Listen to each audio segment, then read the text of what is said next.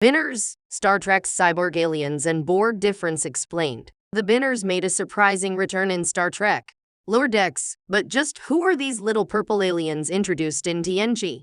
In its almost 60-year history, Star Trek has introduced many different kinds of alien species, including some, like the Bynars, who have only appeared a handful of times. Introduced in Star Trek: The Next Generation Season 1, Episode 15, 11,000,1001, the Bynars are a fascinating species that the franchise has barely referenced since their initial appearance. While TNG would go on to become one of the best science fiction television series of all time, the first season struggled a bit to find its footing. Because of this, several concepts and alien species were introduced and then never heard about again, including the small purple aliens called the Bynars. The Bynars were briefly mentioned in dialogue on Star Trek Enterprise, but have not been seen in live action since their first appearance.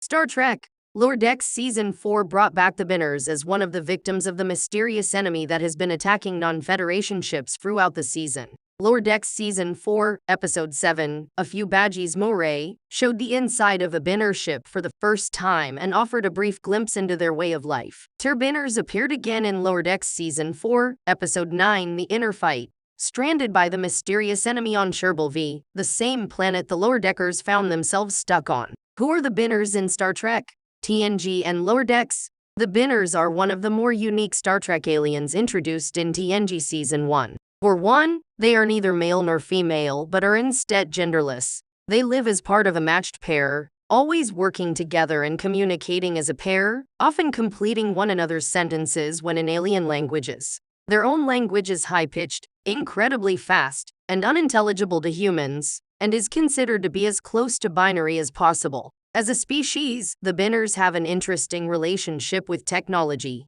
and they could not survive without it. Because of their proficiency with computers, Starfleet employed the Bynars to perform upgrades on their starships in the 24th century. Each Bynar pair is connected to the master computer on their home planet of Bynars, and they can process information incredibly quickly.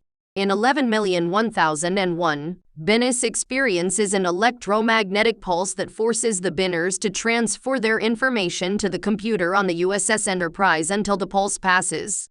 Because of their binary thinking, the Bynars commandeered the Enterprise to do this, unwilling to take the chance that Starfleet would refuse them.